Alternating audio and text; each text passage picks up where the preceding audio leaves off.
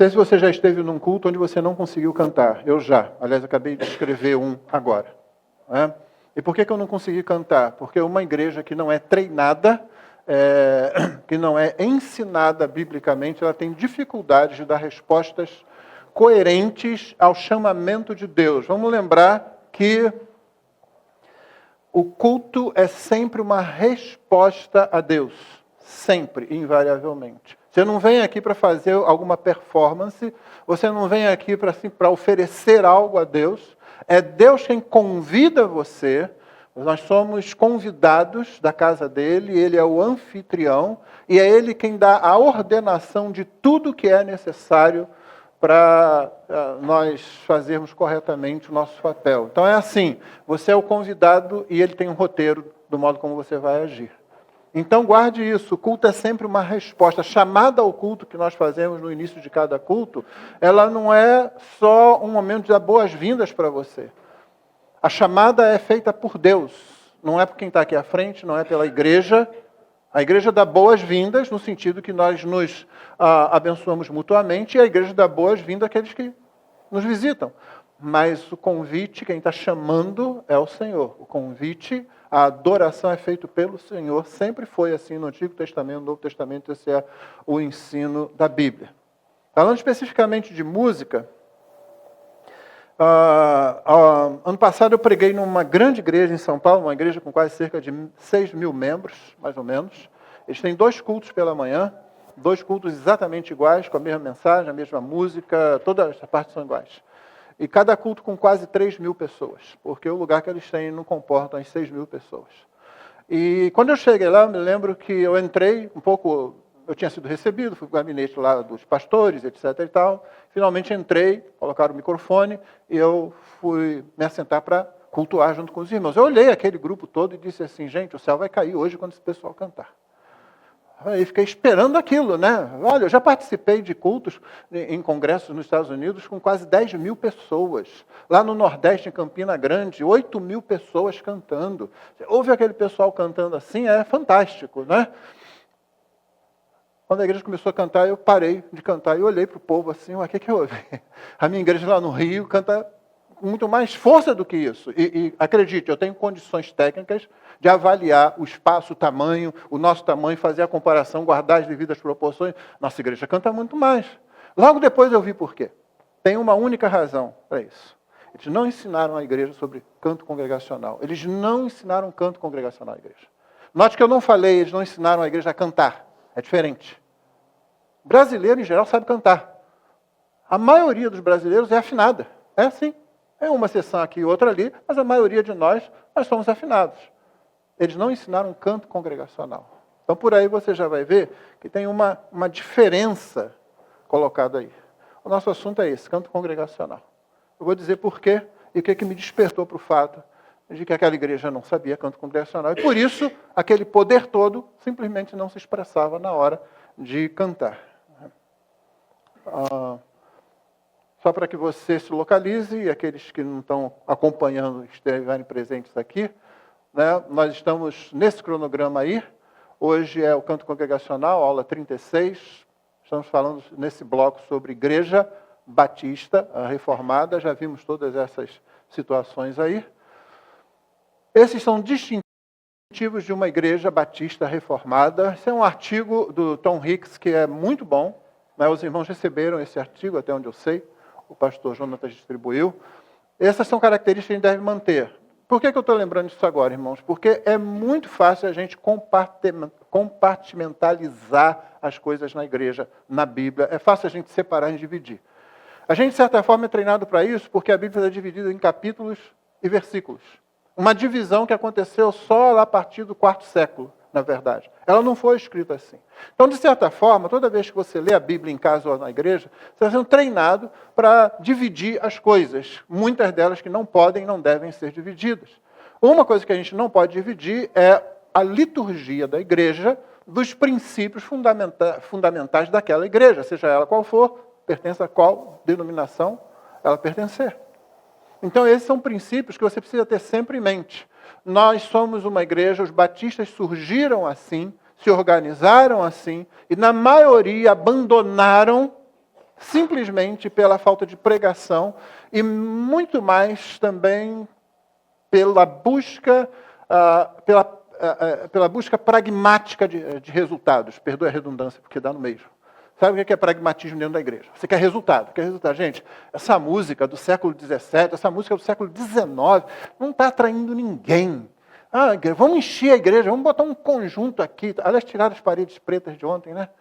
Eu achei, vou chegar hoje lá, vai ter parede preta na igreja. Disseram que até tinha gelo seco aí fazendo fumacinha. Eu falei, hoje, poxa, agora vai, né? Não, cheguei aqui, está tudo, não, tem mais uma cruz ali muito simples e tal.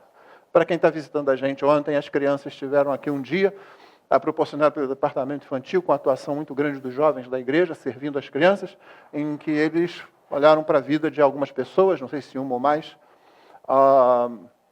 por comemoração do Dia da Reforma, né? Então houve aqui uma encenação. Infelizmente, sofremos a perda do oscarizado Renato.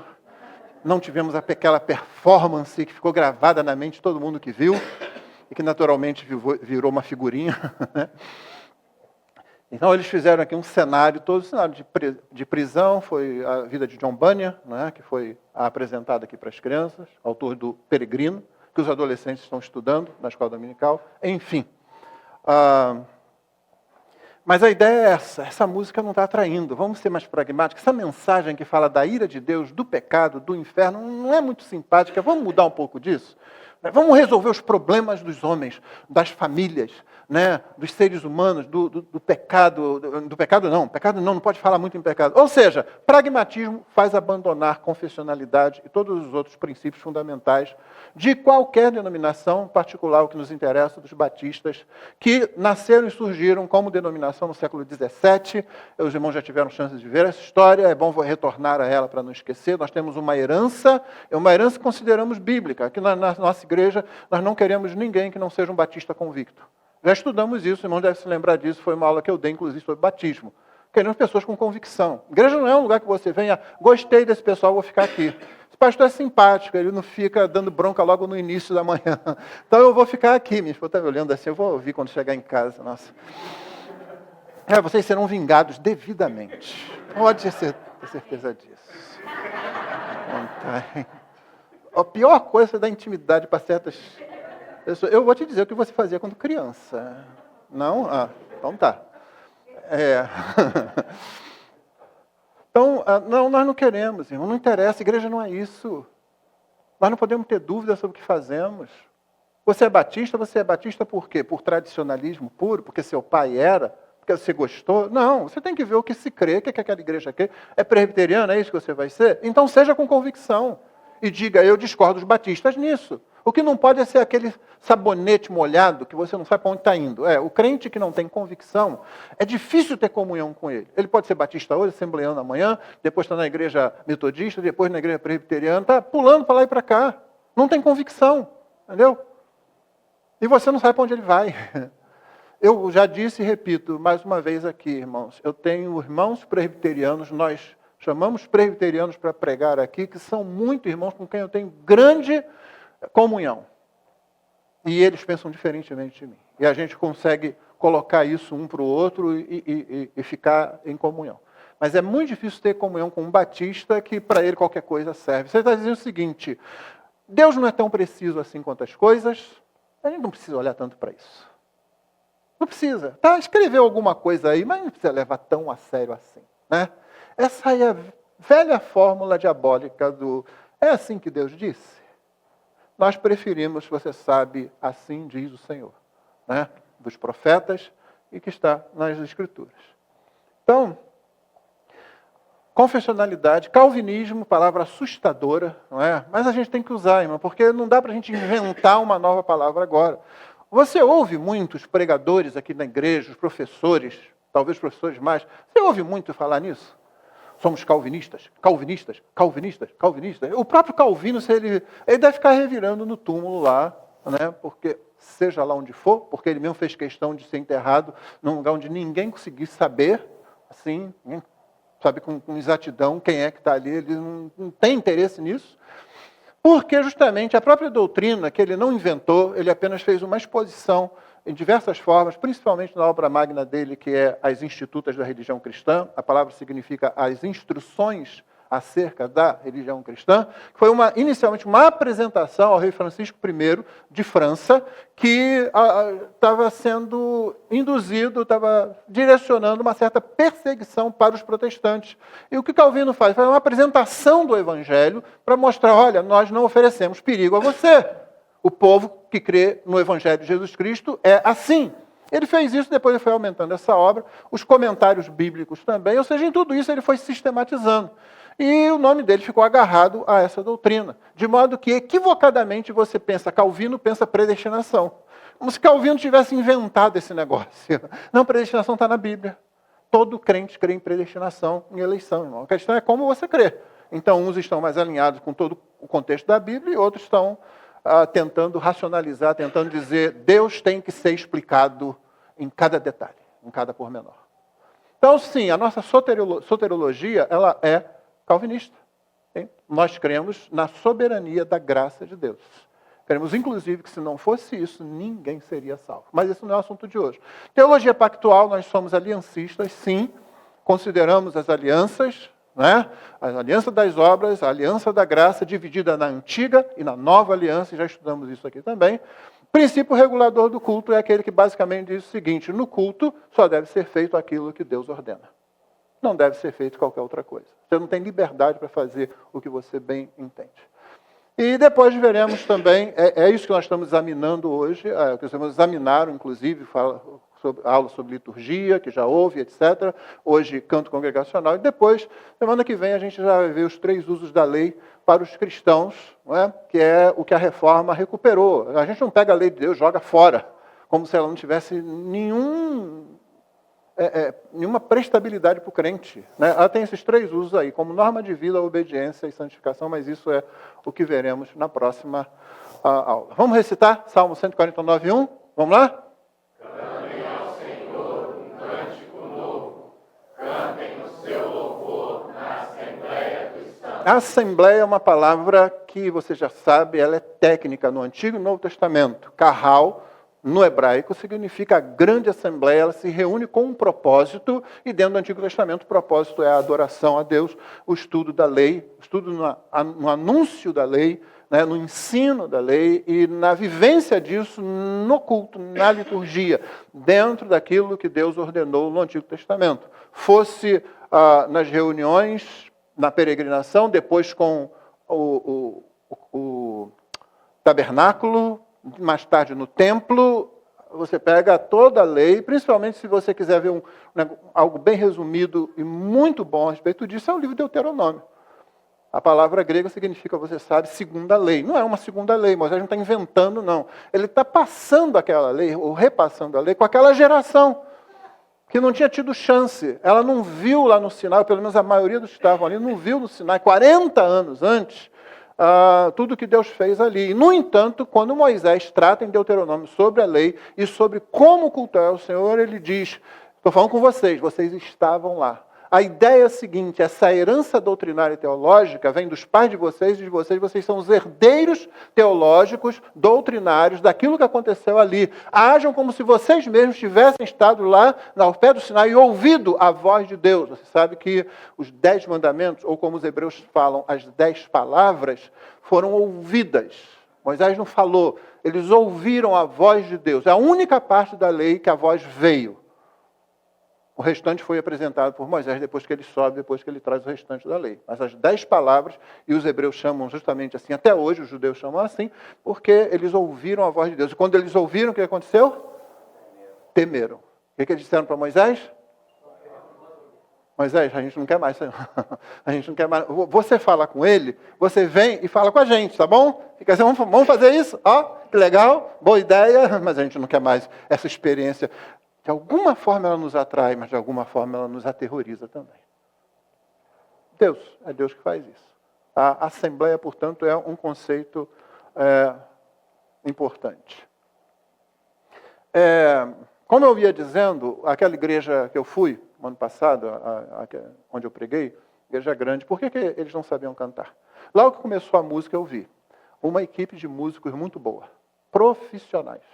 Um equipamento maravilhoso, tanto de transmissão, mas principalmente para a sonorização do santuário. Mas o que você via ali era uma performance feita lá na frente. Como assim? Nós estamos fazendo isso aqui e vocês estão assistindo como se fosse um auditório. Por que a gente não pinta as paredes de preto? Porque quando você faz isso, e geralmente isso é feito por causa de transmissão, você, obviamente, diminui a iluminação, joga a iluminação para cá. O que você está dizendo para todo mundo, de alguma forma, intencionalmente ou não, principalmente para as crianças que estão ali, é o seguinte: o que quer que aconteça, está acontecendo é aqui, não aqui. É por isso que os puritanos, quando eles começaram a construir seus próprios templos, os templos eram iluminados preferencialmente por luz natural, sem nada muito escuro, não. O culto acontece na congregação, na totalidade da congregação. Os que estão aqui estão prestando um serviço, e estão prestando um serviço simplesmente porque alguns vão prestar serviços na igreja de diversas formas. Tem a pessoa que fica ali na porta, tem a pessoa que está no berçário, tem a pessoa que está pregando, que está dirigindo o culto.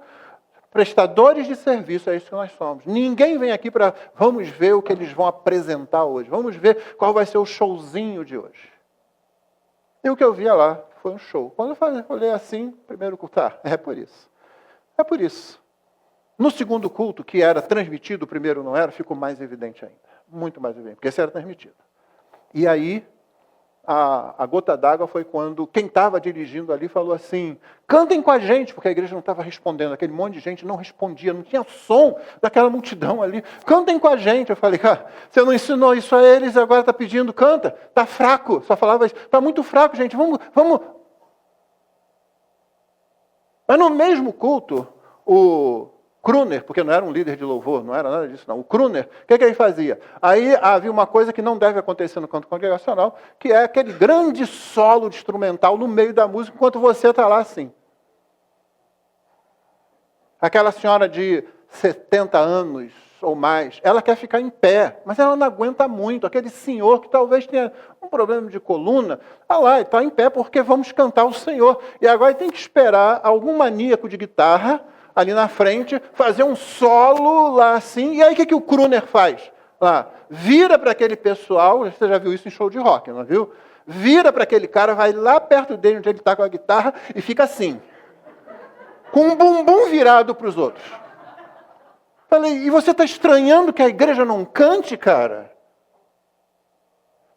Mas uma coisa que a gente pode questionar é por que os músicos têm que ficar na frente? Eu já me perguntei isso várias vezes. Não tem nenhuma razão para isso. Ainda mais com o som amplificado. Se eles ficarem lá em cima e o som sair aqui, dá. É tolo. Não tem necessidade de fazer isso. Mas por que fica aqui na frente? Porque nós copiamos esse modelo. Não foi da Bíblia. Tá? Não foi. Nós copiamos esse modelo de shows. Assim como copiamos o organograma da igreja de empresas. Assim como copiamos a organização de direção da igreja de empresas. Diretoria e tal. Nós temos mudado isso aqui. Você tem visto, a igreja tem um presbitério que vai aumentando e chamando para si as funções que a Bíblia dá. E mantemos uma diretoria porque você tem que ter uma diretoria para apresentar ao Estado. Tem que ter lá um estatuto e essas coisas assim. A gente pode perguntar isso, por que isso? Porque precisa. Eu vou em igreja lá que é lamentável. Os caras estão chamando mais atenção para eles do que servindo a congregação. Enfim, oferecemos fogo estranho, e você sabe o que significa isso, né? Em Levítico 10 nós encontramos essa situação lá. Os filhos de Arão, Nadab e Abiú, resolveram que era uma boa ideia pegar um fogo, que era fogo. Fogo é fogo, não é? Não, para Deus não é. Deus tinha acendido o fogo no tabernáculo, o fogo era o fogo de Deus. E logo eles descobririam que o fogo de Deus estava bem ativo. Trouxeram o que Deus não ordenou, está escrito lá em Levítico 10, você pode ler a história lá, e no momento em que eles fizeram isso, aí o fogo do Senhor consumiu ali, pronto, houve grande tristeza, mas também houve um grande ensino. Deus de vez em quando faz isso, não é? Aí lá, pronto, opa, vamos tomar cuidado agora. Vocês viram isso no Novo Testamento também. No Novo Testamento não aconteceu isso? Logo no início da igreja? Com quem? Ananias e Safira. Resolveram lá dizer, olha só como nós somos. Nós vendemos a propriedade, está aqui todo o dinheiro. Era mentira, era só uma parte do dinheiro. caíram ali. Primeiro ele, depois ela, caíram ali. Houve grande temor na igreja. Imagina convidar alguém para ir nessa igreja. Você não quer ir lá na igreja? Mas peraí, não morreu um casal lá assim? Morreu, mas é porque eles eram mentirosos. Não vou não. Se mentiroso morre, então... Pensou se Deus resolvesse fazer isso de novo hoje? A nossa confissão de fé, e aí entra o princípio regulador do culto, ela diz no capítulo 22, no item 1, da adoração religiosa e do dia do descanso. A luz da natureza mostra que há um Deus que possui domínio e soberania sobre tudo. É justo, bom, faz o bem a todos, devendo, portanto, ser temido, amado, louvado, invocado, crido e servido com todo o coração e com toda a alma.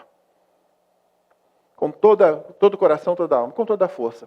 Porém, e aqui está, a forma aceitável de adorar o verdadeiro Deus é instituída por Ele mesmo e se acha delimitada por sua própria vontade revelada nas Escrituras. De sorte que Ele não pode ser adorado de acordo com as imaginações e artifícios dos homens, nem conforme as sugestões de Satanás. E acredite, Satanás tem grandes sugestões para o culto dos crentes. Desde quando ele sopra no ouvido de alguém, alguém vai lá e compra. Tampouco através de representações visíveis, nem de qual seja a maneira não prescrita nas Escrituras Sagradas. É isso que diz a nossa confissão de fé.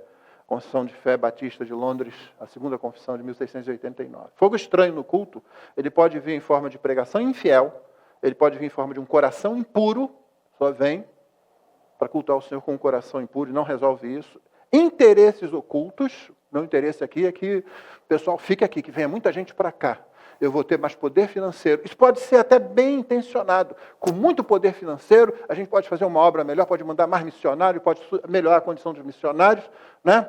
Só que de boa intenção o inferno está cheio. O Senhor não está querendo saber de boa intenção, está querendo saber que se lhe obedeça a palavra. Esse fogo estranho pode acontecer no desejo de agradar homens e mulheres no culto. Há igrejas que se vendem no Dia das Mães. Acabou o culto ao Senhor. É homenagem, é culto às mães. E a gente ainda acha assim, não, mas pastor, e não sei o que. As pessoas ainda vêm com alguma argumentação. Eu não sou contra fazer homenagem à irmã na igreja. Faz no sábado. Ah, mas aí a gente vai ter que vir no sábado e depois vai ter que vir no domingo. É exatamente isso. É por isso que eu falo, meu irmão, eu sou tremendamente contra o sequestro da igreja. Domingo a igreja já está lá, aí a gente faz o nosso showzinho. Faz a nossa homenagem, faz o nosso trabalhinho. Não, você quer fazer outra coisa? Sacrifique-se. É um grande sacrifício, né? Sair de casa no sábado, vir à igreja. Um monte de gente fez isso ontem. E está aqui hoje de novo, né? A gente inventa racionalizações de porquê. Mas vai atrair muitas mães não crentes, muitas famílias não crentes. Gente, faz um trabalho de evangelização mais intenso. Vá visitar essas mulheres na casa delas, parentes não crentes. A gente fica, novamente, sequestrando a igreja. No caso da música, onde também o fogo estranho pode acontecer, levantam-se várias questões. Por que eu acho que eu não preciso de óculos, né? Ali eu estou falando de fogo estranho, de música, e eu não estou usando muito isso aqui não. Tá? O jogo da imitação é isso que eu falo, que eu já citei aqui. A gente vê e a gente copia, a gente vê e a gente copia. De onde que a gente tirou? Casamento na igreja, de onde tirou? Tem alguma instrução para casamento na igreja? A igreja deveria estar fazendo casamento? Não, não deveria. Pode fazer, sim, no âmbito da igreja a gente pode fazer o casamento. Mas não pense que é um culto igual ao culto que nós vamos ter daqui a pouco. No casamento, eu sempre ensinei aqui na igreja, desde sempre eu ensino. Nós temos culto, é o que vai acontecer daqui a pouco, e nós temos a reunião dos crentes. Os crentes se reúnem para várias coisas. Churrasco, reunião de crente.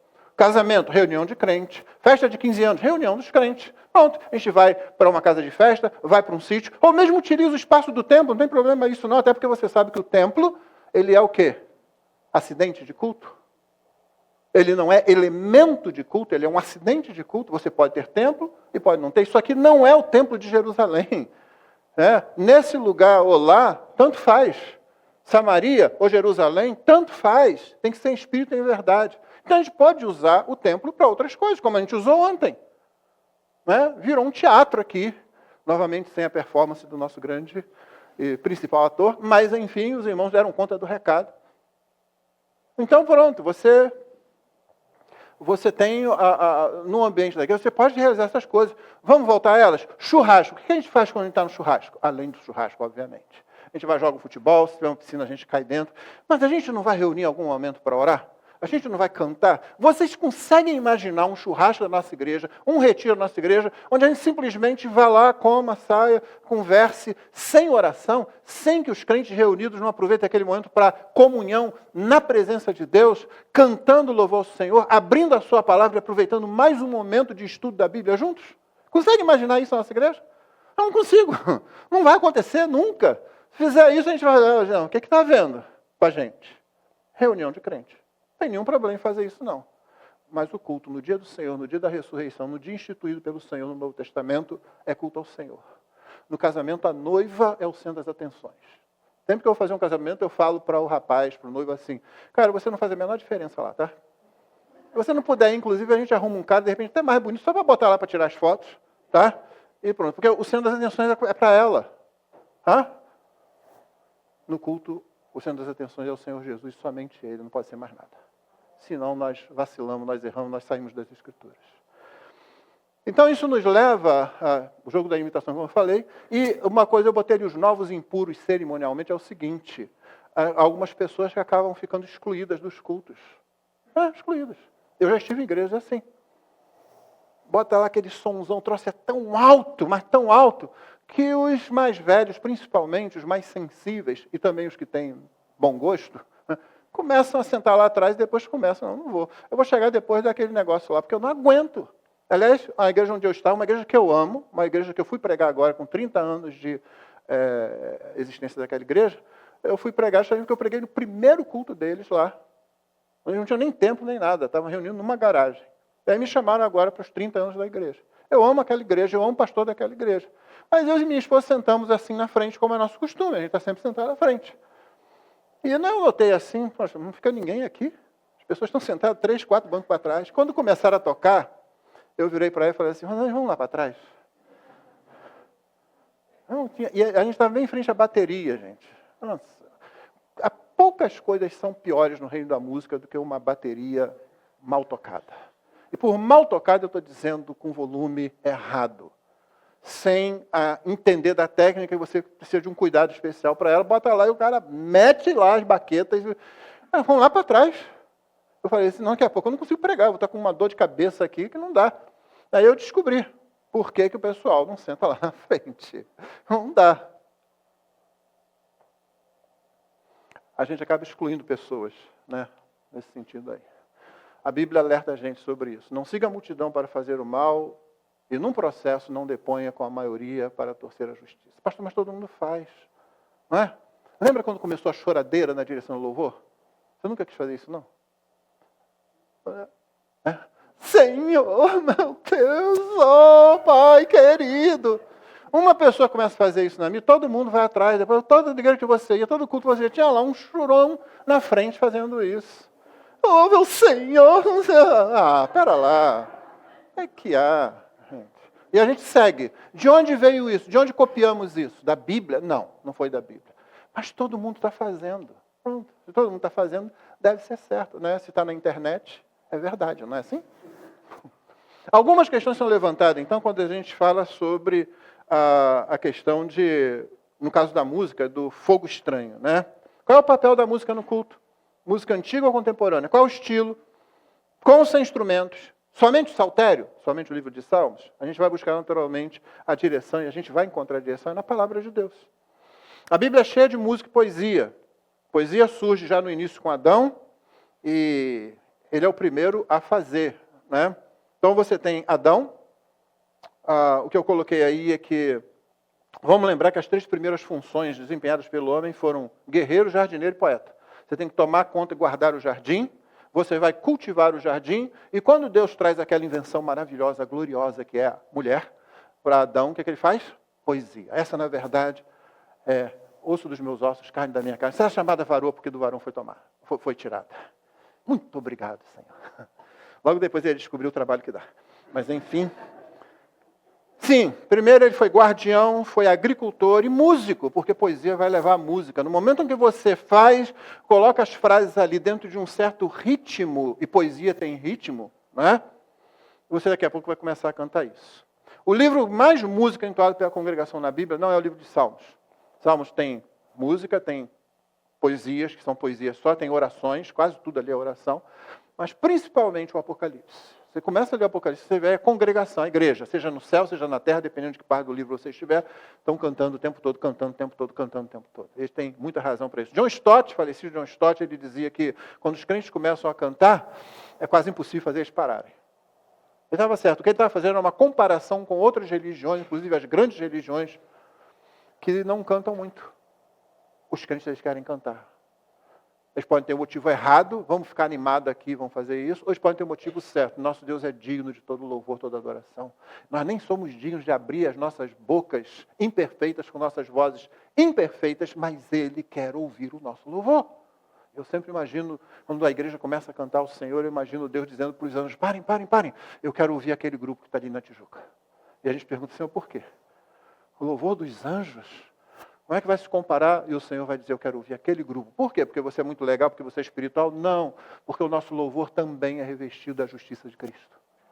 É isso que acontece ali. O último ato de Jesus, em conjunto com os seus discípulos, antes de ser crucificado, foi cantar um hino. Cantando o hino, foram lá para o jardim do Getsemane. Foi o último ato em conjunto ali, realmente. Efésios 5, 18 a 20, traz a música para dentro das orientações apostólicas sobre culto e adoração. Lá está escrito assim. Não precisa ficar olhando para ele não, tem mais não, tá? Nem sei, não estou usando realmente. E não se embriaguem com vinho, você vai se lembrar do texto, pois isso leva à devassidão, mas deixem-se encher do Espírito. E qual é o resultado disso? Você começa a expulsar demônio, você começa a curar as pessoas, você começa a ter revelação à torta e à direita. Não, o resultado disso é falando entre vocês com salmos, hinos e cânticos espirituais, cantando e louvando com o coração ao Senhor, dando sempre graças por tudo ao nosso Deus e Pai, em nome do nosso Senhor Jesus Cristo.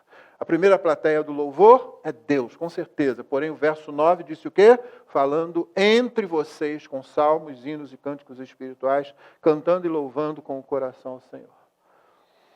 David Peterson, um teólogo anglicano, nascido na Austrália, e escreveu num livro que é publicado aqui no Brasil pela Vida Nova, chamado Teologia Bíblica da Adoração, ele escreveu o seguinte: o ministério de oração ou de louvor dirigido a Deus e a ideia de edificação estão intimamente associados no Novo Testamento. Até mesmo salmos, hinos e cânticos espirituais, que são expressões de fé e de gratidão a Deus, devem ser entendidos simultaneamente como meios de ensino e de mútua admoestação. Eu concordo com isso plenamente. Então não está só cantando para Deus, você está ensinando, está admoestando, encorajando, consolando seus irmãos. A gente precisa lembrar que o culto cristão é sempre e invariavelmente uma resposta a Deus, que é o grande anfitrião. No momento em que você é salvo, incorporado à igreja de Cristo, você se torna um mordomo da casa do Senhor e, como tal, serve tanto ao Senhor como aos seus irmãos.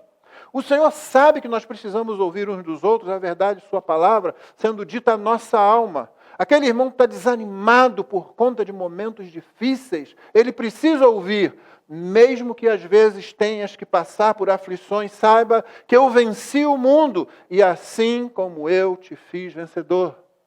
O irmão oprimido pela culpa por causa dos pecados, pense como ele pode ser encorajado a ouvir seus irmãos cantando: Jesus mostrou-me as chagas que em meu lugar sofreu, coroa mais de espinhos, a cruz que padeceu, que poderia em mim achar para tais afrontas suportar? Oh, que amor glorioso, preço tão grandioso que Jesus por mim na cruz pagou e na dita graça me mostrou. Aqueles que ficam ansiosos por conta do que vem acontecendo à sua volta no mundo, serão consolados ao ouvir: nosso Deus é soberano, Ele reina antes da fundação do mundo. Ou ainda: tu és soberano sobre a terra, sobre os céus, tu és Senhor. Tudo que existe e acontece, tu sabes muito bem, tu és tremendo. E apesar desta glória que tens, tu te importas comigo também. E este amor tão grande eleva-me, amarra-me a ti, tu és tremendo.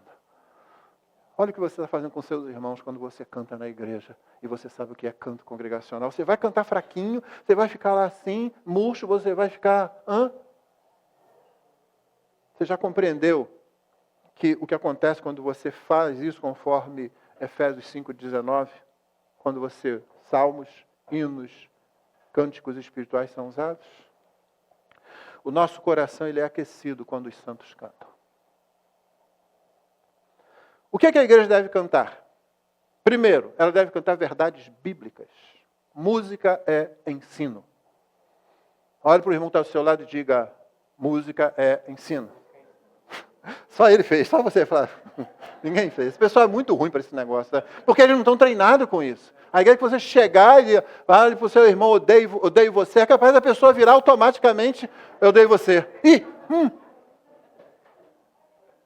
Música e ensino. Colossenses 3,16 é o texto paralelo desse que eu li agora em Efésios. Que a palavra de Cristo habite ricamente em vocês. Instruam e aconselhem-se mutuamente com toda a sabedoria, louvando a Deus com salmos, hinos e cânticos espirituais, com gratidão no coração. Ou seja, faz parte, o modo como você instrui, aconselha, é louvando a Deus. Paulo não está dividindo as coisas aqui, não. Ele está dizendo, olha, o modo como você faz isso na congregação é louvando a Deus com salmos, hinos e cânticos espirituais. Você está instruindo e você está aconselhando o seu irmão. Música, por isso, é responsabilidade dos presbíteros da igreja. Em qualquer igreja. Eu fiz uma pequena apresentação disso na Fiel há uns 2 anos, para pastores não músicos. Porque pastor que não é músico, ele acha que tem que deixar a música na mão dos músicos. E os músicos, às vezes, entendem de música, mas não entendem de igreja. O pastor tem que entender de igreja. Ele não precisa entender de música. Ele precisa entender de igreja. O pessoal aqui começa a cantar muito alto, eu falo, gente, a congregação tem que se ouvir. Você faz uma introdução um pouco mais longa, de por que vocês estão deixando o povo de pé aí?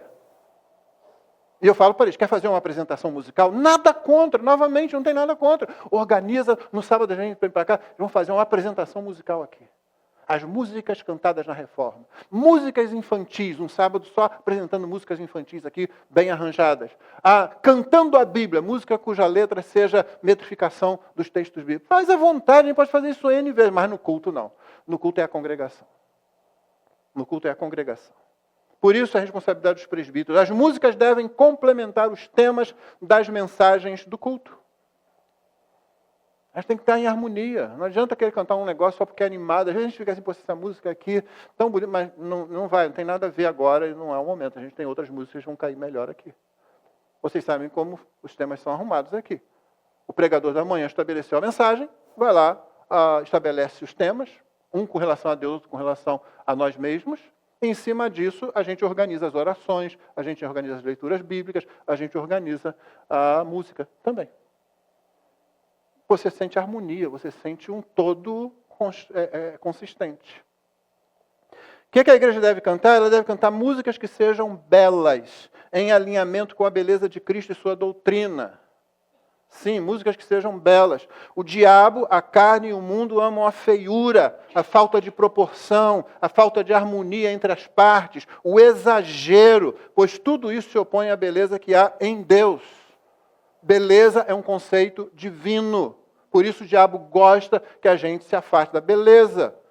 Daquelas repetições mântricas dentro da igreja que fica lá repetindo, e repetindo, e repetindo, e repetindo a mesma frase. Parece um mantra mesmo, né? O que a Bíblia tem a dizer sobre isso? Salmo 27,4. Uma coisa pedi ao Senhor e a buscarei, que possa morar na casa do Senhor todos os dias da minha vida, para contemplar a formosura do Senhor e aprender no seu templo. 1 Crônicas 16:29.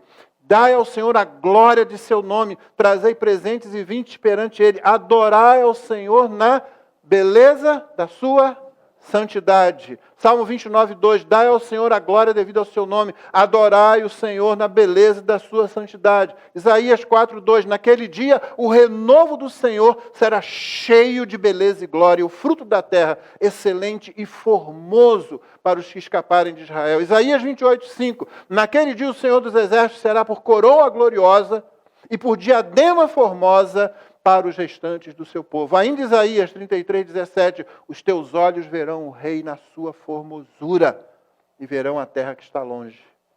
Isaías ainda, quão formosos são os montes, são sobre os montes os pés do que anuncia as boas novas. A beleza do Senhor está inclusive na divulgação do seu evangelho.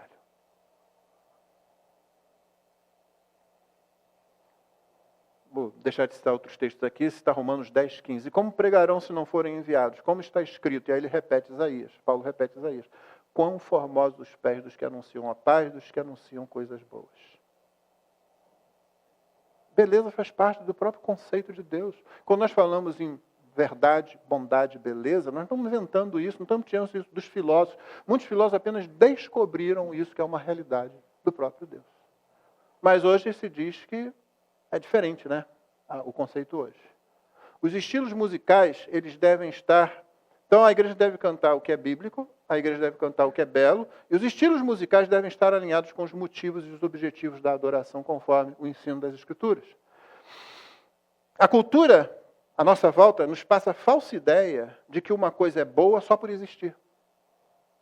Não tem nada feio, eles dizem. Não existe nada feio. Se está lá, é bom, pronto. O sujeito achou que se ele jogar tinta numa parede, aquilo é uma obra de arte. E aí todo mundo, uau! Tenta ir num desses museus aí mais avançados, né? Como é que se fala? De vanguarda. Você vai ver cada tolice ali. Isso tem filosofia por trás, tá? Não pensa que é assim aleatório, não. Tem uma filosofia por trás disso. Não existe nada feio. A beleza está nos olhos de quem vê. Esse coração enganoso, o que esses olhos veem? Por que você acha que sua música é melhor que a dos outros? Gosto não se discute. Essa é uma das melhores que o diabo inventou e jogou aí, a gente comprou essa ideia. Gosto não se discute, por que não? O chamado gosto pessoal não é um componente isolado da personalidade humana, como alguns parecem pensar. Ele é resultado e é influenciado por fatores como criação, costumes sociais, cultura pessoal. Esses fatores, em maior ou menor grau, podem efetivamente são alterados ao longo da vida, seja por um ato intencional ou não intencional. Eu não gostava disso, mas quando casei com ela, passei a gostar. Já ouviram essa frase? Não gostava. Aí ele me ensinou a gostar disso assim, assim.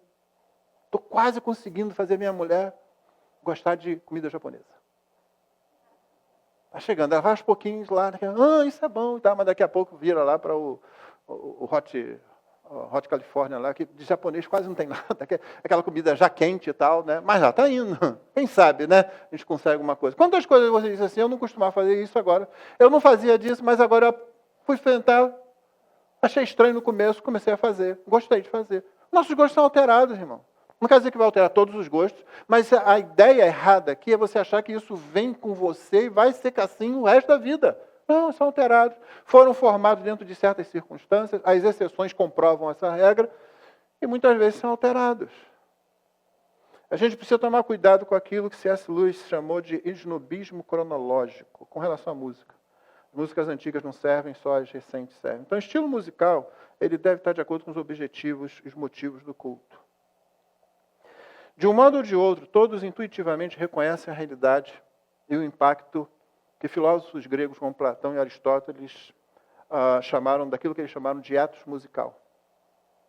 Ou seja, a música, você sabe disso. Pode nunca ter estudado filosofia, mas você sabe disso. A música, essa música está me dando um sono. Eu já fui em igreja que, nossa, a música está dando um sono. Mas daqui a pouco os caras também tocam uma música que eu tenho vontade de ficar pulando na igreja. A letra da música não é lá essas coisas, e eu tenho vontade de pular, porque essa música é boa para dançar, não é boa para adoração. Mas se você começasse a dançar porque o Espírito está levando você a isso, é diferente. Sabe qual é a grande diferença? E tem aspectos culturais também disso. A diferença é que você não vai ligar para ninguém que esteja ao seu lado. Você vai fazer porque é o Espírito que está fazendo com você. É isso aí. Mas não é isso que você vê, não é? Não, a gente tem que fazer um negócio mais para todo mundo. É o que eu chamo de socialismo gospel. Você quer influenciar os outros. Eu quero fazer, mas não quero fazer sozinho. Se você acha que deve fazer, faça. Tem alguma coisa errada, você consegue defender que aquilo que você está fazendo não é errado, então você faz. Talvez seus irmãos vão chegar para você e dizer, olha, você não consegue sustentar isso nas Escrituras. Às vezes é cultural. Cansei de ver igrejas africanas, em lugares que eu preguei, a pessoa começa, está todo mundo sentado, uma pessoa levanta e fica lá, e começa a fazer daquele jeito. Ela não está nem aí para os outros que estão ao redor dela. É da cultura. E também já vi travesti gospel em liturgia. Sim. Já fui em igreja que o pessoal estava lá assim, na África eles dançam, aí a pessoa começa a imitar. Você sabe o que é um travesti, não é? Um sujeito que ele quer se passar por mulher e fica aquela coisa ridícula, exagerada, ali que você nota, tem coisa muito estranho aí. Era assim que estava sendo essa igreja lá. Querendo bancar os africanos, só que eles não são africanos. Não adianta. Está querendo dentro da igreja fazer alguma coisa assim. Porque eles dançam lá. Não. Está tirando isso da onde? Não tem fundamento bíblico para essa atitude. Se o Espírito mandar você dançar, então você não vai ligar para ninguém, você está louvando ao Senhor. E certamente o que você fizer não vai prejudicar os seus irmãos, porque você lembra, é ensino e é demonstração. Então você não vai fazer, não é um ato isolado, eu estou aqui, os outros não têm nada com isso. Tem tudo com isso quando você está na igreja, na adoração. Você tem tudo a ver com seus irmãos, você está ensinando, você está demonstrando, você está ministrando a eles, através da música. Como é que você vai fazer um negócio que você que acha que tem que fazer aquilo? E que ninguém dá, isso aqui é louvor para Deus, então eu faço o que eu bem entendo. Não existe isso não, nós não temos essa liberdade. Uma outra coisa sobre as músicas que a igreja deve cantar é as músicas cristãs precisam contemplar todos os aspectos da vida cristã.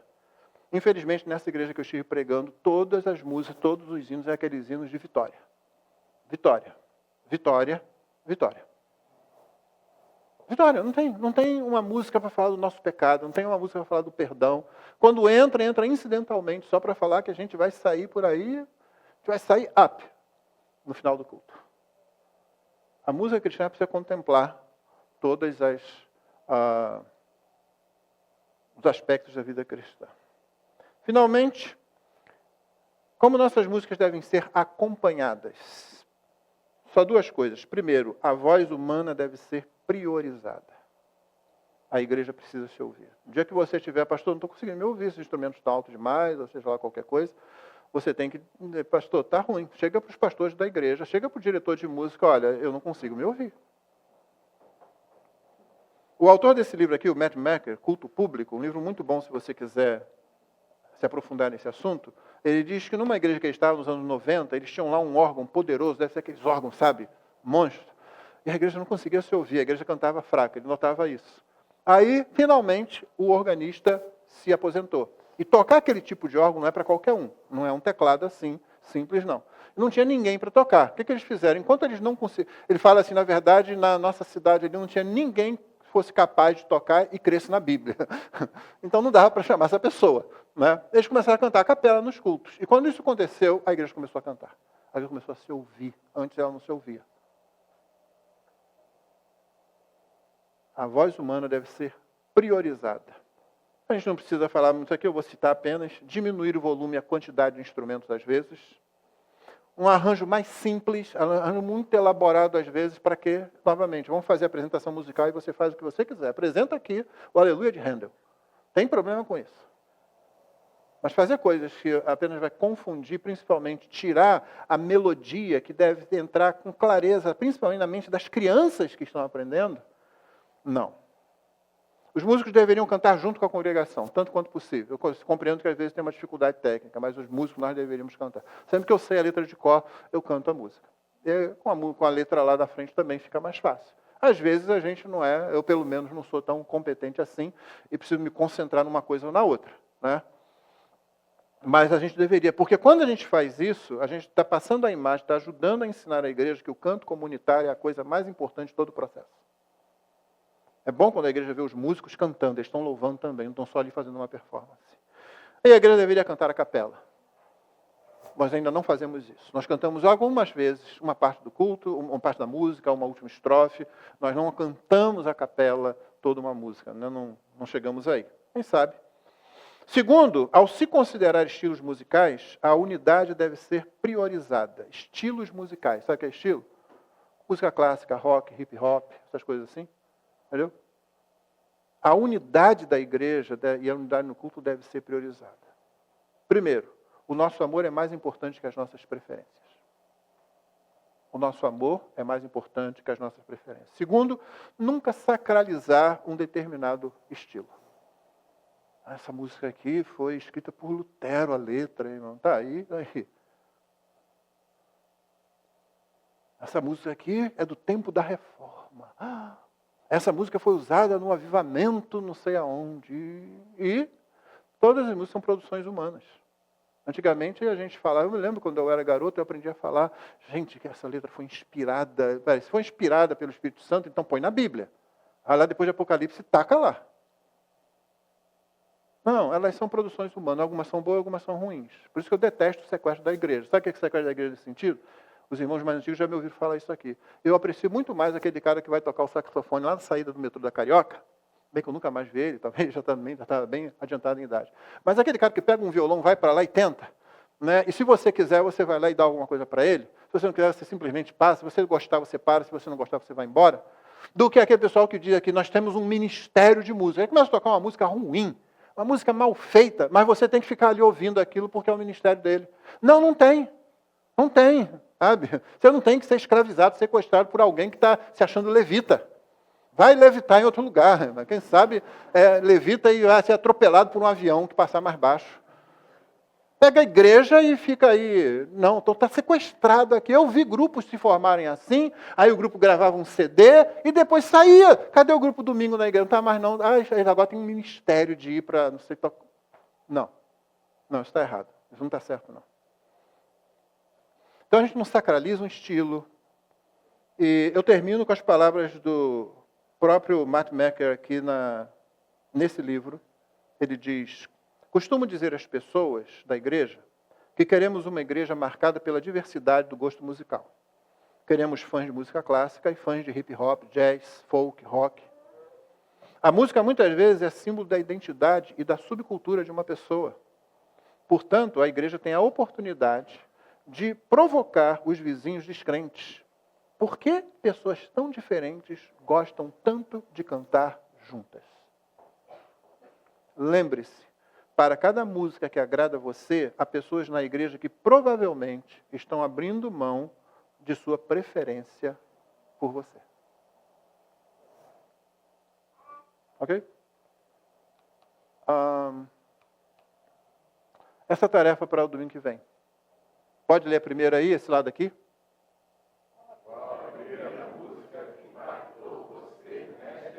Eu sei qual foi a primeira música que me impactou quando eu entrei aqui. Não era nem pastor da igreja ainda. Talvez você saiba, talvez não. Se você souber, domingo que vem você diz. Esse lado aqui é a outra? Qual o estilo musical que você mais associa com o culto a Deus? Então, se você já teve chance de pensar nisso, você vai poder dizer domingo que vem também aqui para a gente. Olha, eu acho que o que mais associo não é aquele que é melhor para cultuar a Deus, não perguntei isso. Aquele que você, na sua cabeça, numa preferência pessoal, você associa com o culto a Deus. Deu para entender? E o material que eu tenho aqui eu vou enviar para os irmãos então. Vamos orar? Pai, obrigado porque o Senhor nos ensina tudo o que precisamos a respeito do culto. A respeito da música no culto e a respeito do fato de que ministramos uns aos outros. Daqui a pouco, quando o culto começar, Pai, ajuda-nos a ter isso em mente e a cantar como aqueles que estão ensinando e admoestando, edificando, consolando, fortalecendo, confrontando. Que nós sejamos instrumentos teus para abençoar uns aos outros. Que seja assim em nome de Jesus. Amém.